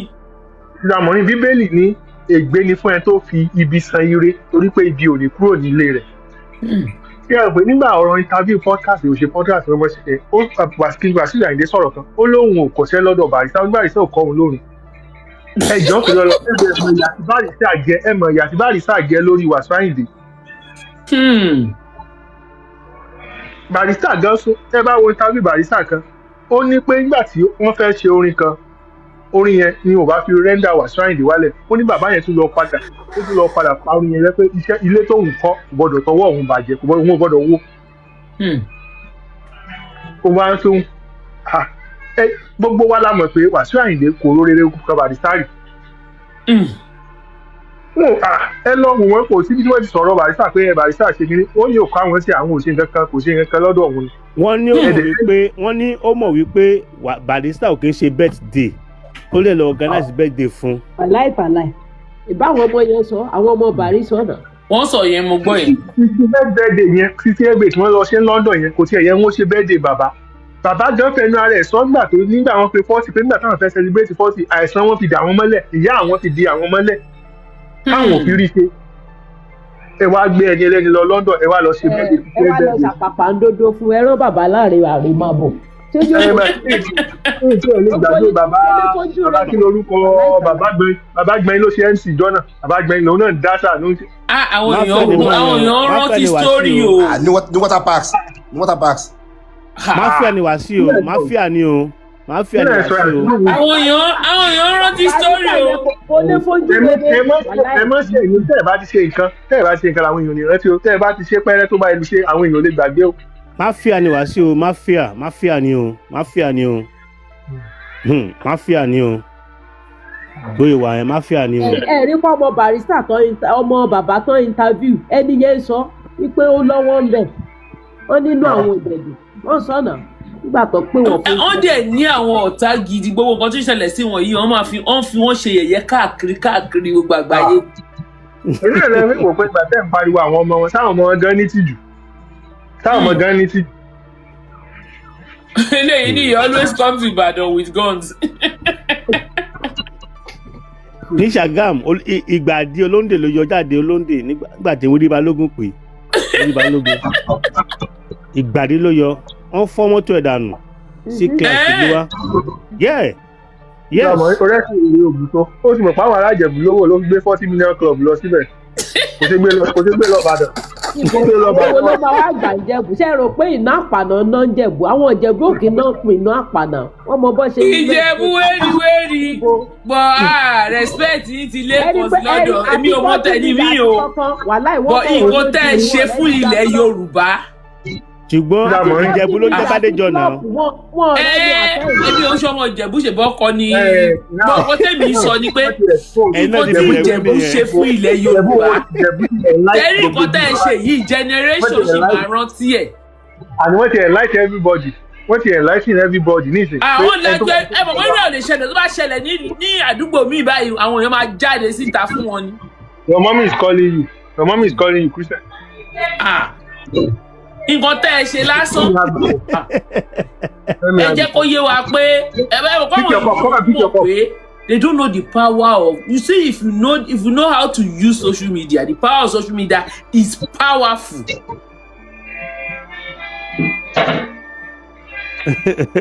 Àwọn Ìjẹ̀bú jókòó dúró tán they speak with one voice. Àwọn bàbá wọn wà lábẹ́lẹ̀ wọ́n lo àwọn kékèké yẹn láti máa ju bọ́ọ̀bù tí ò dá síta. Ṣé mo wí pé ká ní pé Wasiu kì í ṣe olórin ni. Ọlọ́run is power to the people. Mo rí ó lo a formidable force. Bẹ́ẹ̀ni o. Wọ́n jókòó tán ó jáde tán ni o. Ẹ kàn máa move from platform ẹ lọ máa wò. Àtiwájú sọlọ́jọ́ yàtọ̀ Nkọ́lá wọ́n ní kí ni àwọn dá. Wọ́n ní kò lè jẹ́ èmi tẹ̀ rò pé mo wò pé ẹ̀ta lẹ́yìn ìjọba máa gbélé yín lọ́wọ́ wọ́n ní láyé. Kíní kan Adédọ̀pọ̀ wá dúró gidi gbà ṣé kó sọ́ra lẹ́gbẹ̀ẹ́ yẹn. Ìjọba sẹ́sẹ́yìn ta ló wà wàhálà. Tí wọ́n bá ti rí pé population àwọn èèyàn tí wọ́n go against nǹkan pọ̀ jù wọn ò ní lọ bẹ̀ but tí wọ́n bá rí pé minority làwọn yòókù ni wọ́n máa ń gbégbèsè o. Ẹ mọ̀ pé eléyìí kò sí wọ́n lè fẹ́ ṣe because àwọn èèyàn pọ̀ ẹ mọ̀ pé àwọn èèyàn gidi pọ̀ ní state yẹn. Àǹtí Maureen Àǹtí Maureen ẹ jẹ́ kí n sọ kíní kan ṣé rí ìjọba kí ìjọba tó lè dá sí ìjọba láti àwọn ṣé ní gbogbo afọbajẹ pátápátá ìjọba láti mú wọn mọ́lẹ̀ kó tó lè dá sí tíjọba bá rí afọbajẹ mú mọ́lẹ̀. ẹmọ tó wọ́ọ̀sì nínú tiẹ̀ ẹni gbogbo eléyìí tí ìjọba ti ṣe tẹ́lẹ̀ rí ẹja onísàn láàrin o gbogbo eléyìí tí ìjọba ti ṣe rí àwọn èèyàn yẹn wá láti àwọn ìdílé yẹn ó lè lọ gbẹ́ni tó wà lẹ́yìn kan wá gbé síwájú o afọbajẹ náà máa rí mọ́lẹ̀ o kì í ṣe ni tí ò wá níbẹ̀ rárá lèmi ò mọ̀ o. Ẹ jẹ́ kí n sọ kíní kan fún ìmọ̀ ṣe rí Àkàrígbò Vremoland ó ti kú sí o Ṣónáriwo tíṣọ ni kí n gbà tó kọ Ṣẹ̀yìndé ó ní tèmi ò Ṣẹ̀yìndé àwọ emperor adé ní Ṣónáriwo now nígbà tí ó ń báyàn ẹnìkan wà Ṣàgámù ó ń du oyè pẹ̀lú ẹ̀ Dìjí Adédìjí Adédoyin lórúkọ máa yẹn bàbá Dìjí yẹn òun ló gbé adé lé òní kan lórí. Òótọ́ lẹ sọ. now ṣe rí kóòtù wá dá ẹjọ́ pé kí Ṣónáriwo kó fi ààfin sílẹ̀. Yes kóòtù dájọ́ kí Ṣónáriwo fi ààfin sílẹ̀ ṣé ní gbogbo àfọbàjẹ́ pátápátá mo rí fúnra mi kì í ṣe pé mo wà ń bẹ̀ ni wọ́n sọ pé kóòtù kan ló máa yan ọba fáwọn o Ṣónáriwo ló bá wọn. Wow. Ṣé rí ká ní pé ìjọba rí àwọn afọbajẹ mú mọ́lẹ̀ ni wọ́n á yọ Ṣónáriwo lóyè ṣùgbọ́n tí wọ́n bá ti rí afọbajẹ rà wọ́n lè ìjọba ò lè ní ẹnìkan kan ṣe if not wọ́n tẹ̀ lè rí ṣe ni. ṣe rí àwọn èèyàn mọ bí wọ́n ṣe ní agbára tó. ẹsùn ọ tẹ̀lé ti bẹ̀rù Ìjẹ̀bú last year ojúṣe ọba ṣẹ́ bó ṣe ń bọ̀ báyìí tó ṣe gun ọgọ́ ọbọ̀ ó lè jókòó sí ibi tí ṣùgbọ́n bá jókòó sí àná wọn balógun láwùsá àti ṣọtẹ ọtún bá dúkú ṣọtẹ ọ lè sẹ́yìn ni pé èyí ṣe àyẹ̀ níbẹ̀ yẹn lọ sẹ́yìn ọ lè sẹ́yìn ni ayé olúmọ bá. another person yẹ káwọn Ìjẹ̀bú dúpẹ́ lọ́wọ́ ẹ̀ balógun Èkó káì the last bomb tó jù ní àárọ̀ àná àbíjẹta ìyẹn bá dì gan o àwọn eléyìí bá dì gan o káì. ìyẹn ló expose ẹ. ìyẹn balógun Èkó ó ju the last one yẹn ilẹ̀ mì títí. second to last ìyẹn ló bá dé jù. last one yẹn ó mú ó ní mo ti pè lágbájá ṣe mọ̀ ó ní bọ̀dá mi ó ní ọ̀tẹ̀lẹ̀ fẹ́ fi dálẹ̀ o ẹ fẹ́ fi yọ aró ni o ẹ fẹ́ dà lúrú mo gbọ́ kí nìyẹn ó dẹ̀ lóòótọ́ ó lè fẹ́ dà lúrú ó ní irọ́ ni ẹ fẹ́ dà lúrú kò lè ṣeé ṣe o ẹ má bàlú jẹ́ o. gbogbo àwọn ẹgbẹ́ bọ́bá kẹ́yẹ ẹnì kan sọ̀pọ̀tẹ̀ gbogbo bọ́bá kẹ́yẹ ẹnì kan dúró báyìí kó sọ̀pọ̀tẹ̀ gbogbo bọ́bá kẹ́yẹ. no ibi tẹ́ ẹ̀rù Ìjẹ̀bú ti bà mí nìyẹn mo níbo àwọn pípù yìí wọ́n dẹ̀ tàn bọ̀dá yìí títí wọ́n dẹ̀ bà tiẹ̀ jẹ́ ẹ mọ̀ pé kì í ṣara yín tẹ́lẹ̀ kẹ́ tó tàn dé level yìí ni bíkọ́ kálẹ̀ ti kígbe síta like this kò ní rí báyìí. wọ́n lè mọ̀ kán fi pọ́n lé but ṣé rí ọba tó fẹ́ jẹ ló fi tú ara ẹ̀ síta Yorùbá gbọ́n gan o. àní èmi kọ́ ọgbọ́n gbogbo kíní yìí mo kọ́ ọgbọ́n mo mọ̀ pé àwọ̀ má tẹ́ Yorùbá pé. máa jó lọ mọ̀ owó ẹ̀yẹ ni àwọn mẹ́rin jọba ẹ̀wẹ́ kó ẹ̀wẹ̀lẹ̀. àmẹ́rin wẹ̀ jọba ni o àti pé àwọ̀ má tẹ́ ó gbọ́dọ̀ mú ara ẹ̀. wọ́n ní tí a bá ka ẹrú inú ẹrú á bàjẹ́. àwọn ẹgbẹ́ wọn ẹ mọ̀ bí ṣe sọ̀rọ̀ àbáwọn dénú ẹgbẹ́ wọn bọ̀ báwo wọ́n ṣe máa ń sọ̀rọ̀ sáwọn ẹgbẹ́ wọn ṣe rò pé inú wọn dùn pẹ̀lẹ́ ní sọ̀rọ̀ báyìí. wọ́n pa ìtàn Ìjẹ̀bú ń pa ìtàn o ó dẹ̀ ní tradition ó dẹ̀ mọ nǹkan tó ń ṣe.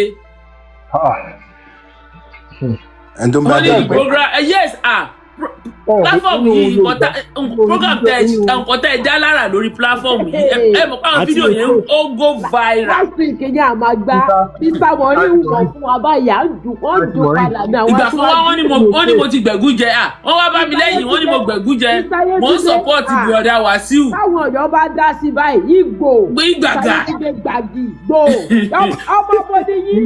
nínú kéèkì ìpàdé ìjọ tí wọ́n lè pa fọ́tò wọn jẹ Sista Yetunde. Sista Yetunde àti Aṣíwájú Jésù àti àwọn yẹn wọ́n yarí kanlẹ̀. Ìjẹ̀bú ò jẹ́ kí Christianity kó gba culture wọn àti kíní wọn tradition wọn lọ. Wọn ò fi ṣeré o àwọn nǹkan tí mi ò gbọ́ rí obìnrin àjèjì àgbà kíní kan gbé ogbó ìjáde. Mo ò gba àǹtí ṣèmọ́rí wọn ò jẹ́ kí religion Christianity or Muslim kó gbé ẹ̀sìn kó gbé culture àti tradition wọn lọ kó láyé àwọn ilé yàrá ìtẹ́ ilé ẹ̀yin yòókù ẹ̀ lè máa sọnù ṣùgbọ́n tradition wà fún wa. For the first time we had history of Yoruba I give it to Ijebu Ọlọ́run wọ́n ní very deep tradition wọ́n ní very deep culture wọ́n dẹ̀ mọ̀. wọ́n ní wọn ò sọnù. wọ́n mọ̀ wọn ò dẹ̀ sọnù wọ́n dẹ̀ believe nínú ẹ̀ wọ́n dẹ̀ ń dúró tán. wọn ò sọnù. ṣé àwọn kan wà ojú máa tì wọ́n ọ̀ tí ẹ̀ tijú ajẹmọ àwọn rẹ̀ kíní kan rẹ̀.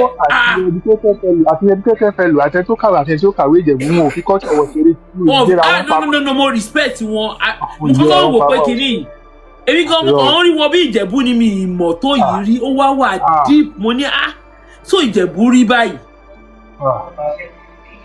wọ́n tún dé bọ̀dá tún dé wọ́n ní Àwùjalẹ̀ Ìjẹ̀bú mà ní mo á wò pé ṣé ó ju ọjọ́ ni àbí èwo ni wàhálà ṣe pọ̀ tó yìí.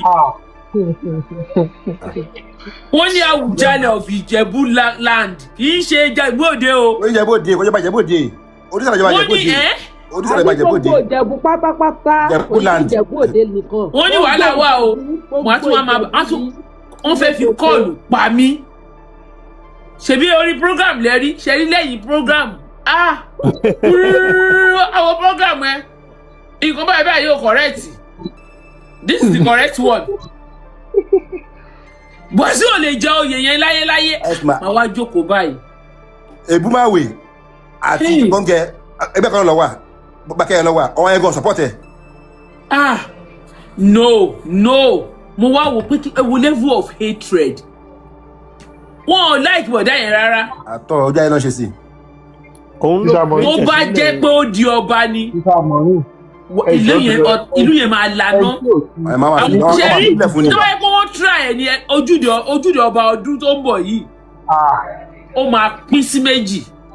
kò tẹ́ ẹ̀ ní yóò wá kà sí àwọn èèyàn yìí lọ. ojú ọba kò tẹ̀ ní happen lójúde ọba happen láyé kò ní happen láíláí Wasiu jọba owó ọba Ìjẹ̀bú-Òde. ẹ wo orú fídíò tá a rí tó gba cameraman tó gba lórí tó gba lépa ẹjọ bàbá ẹ nìkan ni ẹ o bàbá ẹ nìkan ló gbá lórí bá o ẹjọ kó ẹjọ tó di ọdún ṣé disgrace ni àbọ̀ sórí ẹ̀sìpẹ̀tẹ̀ tó hàn ẹni yẹn pẹ̀lú bó ṣe gbà ó sì sálábàjáde ní orí pa ẹjọ tọmọ rẹ̀ bá rí tọmọ bàbá bá tọmọ tó ní àdáàdì ìwúlẹ̀ ṣe báyìí ṣé ni ọmọ ó dùn. No àní àná tí mi ò jáde báyìí báyìí ló ṣe fi fóònù disturb mi ẹ bọ́ ta mo ní wọ́n lórí wọn láwọn alẹ́lẹ́ àwọn Ìjẹ̀bú yóò gbà ọ́ ẹ bọ́ ta àwọ̀ bọ̀dá kẹwàá ní sísọ ìkíní kan ẹ jáde mo ní ó rẹ̀ mí mo gba more than 10-15 calls wọ́n ní kí wọ́n sọ̀rọ̀ àwọn Ọlọ́run ti bá àwọn ṣe kíní no they tried. ẹ tẹ̀ dúró náà. ṣé orí táwọn náà nǹkan wọ́n fi ọjẹ́ ní mọ́mú ojú ṣerú ọ̀túnba irú olórogún kúkú yẹn àwa dúró àwa sọ pé òun yọ Wasiu àṣọba Ìjẹ̀bú-Òde. àwùrọ̀ ọlá ìyá ọba ẹ ṣé o thank you for the heart. ológun adébàdẹ fún adarasa adébàdẹ fún. tẹ́tí gbọ́ ẹgbẹ́ èèyàn kan níbí báyìí Lára ní I was refreshing TikTok ẹ máa gbọ́ I was referring TikTok every time. ìgbé rárá mo ní màá jáde wọ́n ní yóò sì ṣe mo ilé tó bó ṣe wà yẹn kí information náà tó jáde báyìí wọ́n á ti ju first thing mo ní no wọ́n try wọ́n dẹ̀ gbọ́dọ̀ compensate Ìjẹ̀bú by picking the right person to the throne kó àwọn afọbajẹ yẹn kó má ṣe màgòmágó kó fi èèyàn tó tọ́ sí ipò yẹn gógógógógó kó fi jẹ́ because gbogbo Ìjẹ̀bú ló dìde ló fight for this and the only way the afọbajẹ can compensate them is to pick the right person.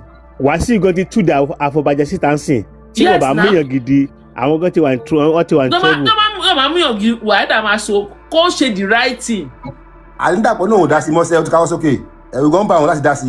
ẹ̀yìn bí Ìjẹ̀bú onítọ́lẹ̀ Ìjẹ̀bú ló ń fún ara ẹ̀ náà ẹ̀dẹ̀ lọ́gbọ̀n ọmọ ọba ni kò ní tó ń lẹ̀. tó bá tẹ̀ try lásán gan òun gan máa lose 27 ni òun gan ó be careful ni ó máa lose 27 ni. nǹkan tó lè mú nǹkan tó yẹ mọ̀ pé bàbá ní agbára láti lo veto power nǹkan tó lè mú bàbá kó káwọ́ sókè ẹ gbàgbé bó ṣe ṣẹlẹ̀. bàbá wo Tinubu òun kò dá sí. ẹ má sọ bẹ́ẹ̀ mọ́ ẹ má sọ bẹ́ẹ̀ kò ní agbára kankan. òun náà mo sọ pé kò dá sí sẹ́ẹ̀. kò la even tó bá fẹ́ dá sí gan kò lágbára àbí tó bá fẹ́ tẹ̀lé. wọ́n máa wo body language ìlú kí wọ́n tó dá sí. ṣé mọ̀ pé tó bá dá sí ó máa lose face pẹ̀lú ẹ mọ̀ pé àwọn èèyàn gidi pọ̀ ní ibi mo ti kọ́kọ́ sọ nígbà tí mo ní ṣé bàbá mo ti gbọ́ àwọn èèyàn yìí owó òdẹ lè ṣe kínní mo ti sọ tẹ́lẹ̀ mo ní owó òdẹ ní jẹ kínní yìí o because àmọ́ bó ṣe jẹ àwọn political king gbogbo eléyìí tó ń jẹ nílẹ̀ Yorùbá àmọ́ ó yé wa náà rí. ẹ jẹ́ kí n sọ kí nìkan fún yín kò sí political king gangan rárá kò sí political king ẹ má yẹ ká tanra wa mọ́ ẹ jẹ́ kí n ṣàlàyé gangan fún yín. political king ẹni kò sí political king ẹ má jẹ ẹ má tẹ̀ sí o pé ẹ mọ bí tẹ́ ti wá máa bẹ̀rẹ̀ sí fọ́ o ẹ má jà lọ́bẹ̀ o. ẹ fọ́hùn màá ṣàlàyé fún yín ẹ fọ́hùn. ó wà ẹ má jà lọ́bẹ̀ o ẹ rí wọn bẹ̀rẹ̀ sí. no ẹ jẹ́ ká lọ síbẹ̀. ẹ máa wọ́ ọba yín o. ó wà. ṣé Adéyẹyè àbí. ẹ máa wọ́ ọba yín o ẹ jẹ́ dúró. ẹ jẹ́ kí n ṣàlàyé gangan fún nípa Adéyẹyè ẹ jẹ́ kí ṣẹ́rí Adéyẹyè ṣẹ́rí ní GS family àwọn wo ló qualify ju Adéyẹyè lọ ká kọ́ mọ̀ jáde náà. ṣẹ́rí èyí yóò ń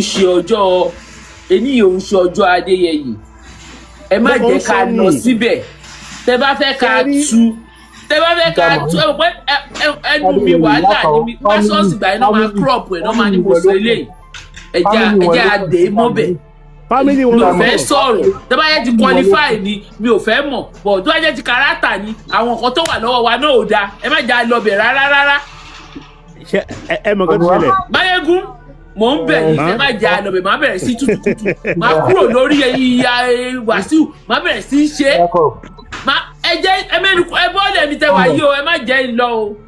Jẹ́rí nǹkan tó kó bá wá sí. gbogbo ẹ̀yọ́ ọmọ Nàìjíríà ṣe ń gbọ́n sí o àwọn náà tọ́nà wọ́n fẹ́ tọ́nà wá wọ̀ sí o. Jẹ́rí nǹkan tó kó bá Wàsíù ni pé ó jẹ́ olórin. Ṣẹ́rí gbogbo ìwà tí Wàsíù wù pátápátá yẹn káyọ̀ pé kò kí ń ṣe olórin kì í ṣe gbogbo wa la máa mọ̀. Bẹ́ẹ̀ni ìwà yẹn ni wọ́n bọ́ta. Kì í ṣe gbogbo wa la máa mọ̀ kò sí ẹni tí ò ní kọ́lọ́fín lọ́wọ́.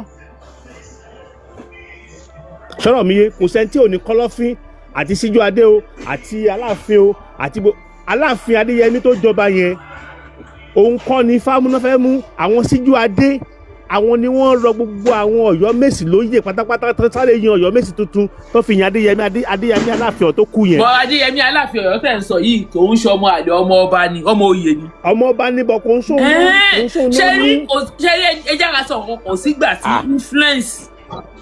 influence tí bá jọ rẹ yín sìn tí bá jọ ọmọ ọba tí mo dẹ̀ lórúkọ tí mo dẹ̀ súnmọ́ àwọn tó wà ní power I can use my influence.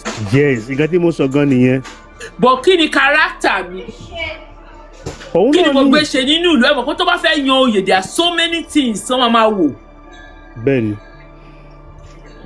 Kò mi ò wọ́n sọ̀rọ̀ Olúwo mo ní èmi ń ṣe kéèsì Olúwo ọ̀fùnú Olúwo ọmọ ọba ni kì í ṣe ọmọ àlè. Bẹ́ẹ̀ni. Ọọ̀ni of Ifẹ̀ ọmọ ọba ni kì í ṣe ọmọ àlè. Bẹ́ẹ̀ni. Aláàfin Ọ̀fọ̀yọ́ ọ̀wọ́ adé yìí ọmọ ọba ni kì í ṣe ọmọ àlè.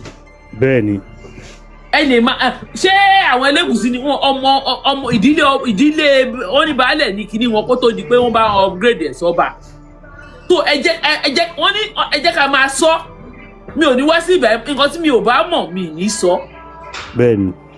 So àwọn political king yìí àwọn tẹ́ ń pè ní political king náà là ń dárúkọ yìí. àti mọ̀rí ẹ̀ má bínú ẹ̀ jọ. ṣé mọ̀ pé Awólọ́wọ̀ ló pè Síjú Adéwálé. ó lẹni tí ó ní ẹni tí jẹ́ wípé wọ́n yàn ní tó tẹ́ kí wọ́n fẹ́ fi jọba nílé Ifẹ̀.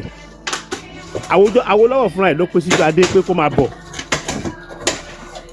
Tẹ̀rí wọ́n lè pèèyàn. Kéèsì ó ní nǹkan tó báyìí fún ẹ̀jẹ̀ ká ó ní sọ ẹ̀jẹ̀ ká gbẹ́yẹ̀ ká sọ nǹkan because àwọn ọmọ wa ń wò wá prosperity máa judge wa ìtànkítàn nǹkan tá à ń sọ lẹ́yìn ó máa di ọ̀rọ̀ ìtàn ní ọ̀la because right now wọ́n ti ń bàlújẹ́ wọ́n ti ń distort tradition and our culture nǹkan tí èmi ń sọ ni pé ṣe láwọn tẹ́ a sì ń dárúkọ yìí wọn kì í ṣe ọmọ àlè ọmọ ọkọ ni wọ́n lè pè Síjú Adéwálé Síjú Adé bàbá Síjú Adé tó pè wálé ṣé wọn ń ṣe ọmọ oyè ni ẹ ló sà ṣé wọn kì í ṣe ọmọ oyè ni mo ń béèrè lọ́wọ́ yín ni ẹ dáhùn náà Máyégún ẹ̀yin ọmọ Nàìjíríà ṣé bàbá yẹn ò kì í ṣe ọmọ oyè ni. ọmọ oyè ni wọ́n. ọmọ oyè ni wọ́n ní gbogbo àwọn ilé ìjọba. tó bá tírèsì láìdè ìdìbò wọn ò tọ́ mọ́ orí àpèrè yẹn ni. bọ̀ eléyìí wọn ò tọ́ mọ́ according to them because kò difficult for any one of us to know where we are from. Ọjọ́ mọ oyè o ọjọ́ mọ anything o gbogbo la mọ bí ta ti wá iye ká má tàn ra wa. Ṣé ó difficult kí Máyégún bẹ́ẹ̀ ṣe jókòó tẹ sọ̀rọ̀ mi báyìí lẹ́nu àwọn kan wà ní ìlú yín tó ti mọ̀ pé Máyégún ló ń sọ̀rọ̀ ọmọ lágbájá báyìí ni. Bẹ́ẹ̀ni. So why is it difficult fún King Wasiu Ayinde ká mọ ibi tó ti wá kó pọ̀ jù náà ẹ fẹ́ jọba lé wa lórí kí ló it's not too difficult láti mọ ibi tẹ́ ẹ ti wá gbogbo Yorùbá ló ní history gbogbo alamọ ibi tá a ti ṣe wá. ẹ̀mẹ̀kan tó tó àṣírí Wasiu ẹ̀yẹ́ kí n sọ àṣírí kankan mà ẹ̀mẹ̀kan tó tó àṣírí Wasiu torí pé Wasiu jẹ́ olórin ni o nǹkan tó tó àṣírí ẹ̀ nìyẹn o. ẹ jẹ́ wá já yín sí nǹkan kan lẹ́nìí ní ilẹ̀ ẹ kọ́ sílẹ̀ o ẹ lọ kọ́ sílẹ̀ lẹ́nìí àwọn Ìjẹ̀bú ti fi nǹkan kan lélẹ̀ tí ò dẹ̀ ní parẹ́ títí láéláé tí ẹni tí ò tọ́ sí oyè kan bá tún bẹ̀rẹ̀ rú ẹ̀ àwọn èèyàn máa dìde sí tó bá dírú ẹ̀ bá àwọn èèyàn máa dìde sí wọ́n á pariwo síta ẹ lọ kọ́ sílẹ̀ ẹ lọ kọ́ sílẹ̀ lẹ́nìí pé ẹni tí irú eléyìí bá ṣẹlẹ̀ anywhere wọ́n máa dìde sí because wọ́n ti kọ́gbọ́n nínú eléyìí pé àìlè sọ̀rọ̀ níbẹ̀rẹ̀ orí burúkú. tí ó bá jẹ́ pé àwọn Ìjẹ̀bú gọra wọn ni wọ́n á jàgbà ó máa di history ẹ máa rí i pé next month wọ́n máa fẹ́ ṣe coronation wọ́n máa pariwo ìlú àdẹ̀ pín sí méjì tọ́ba dẹ̀ la máa ṣe.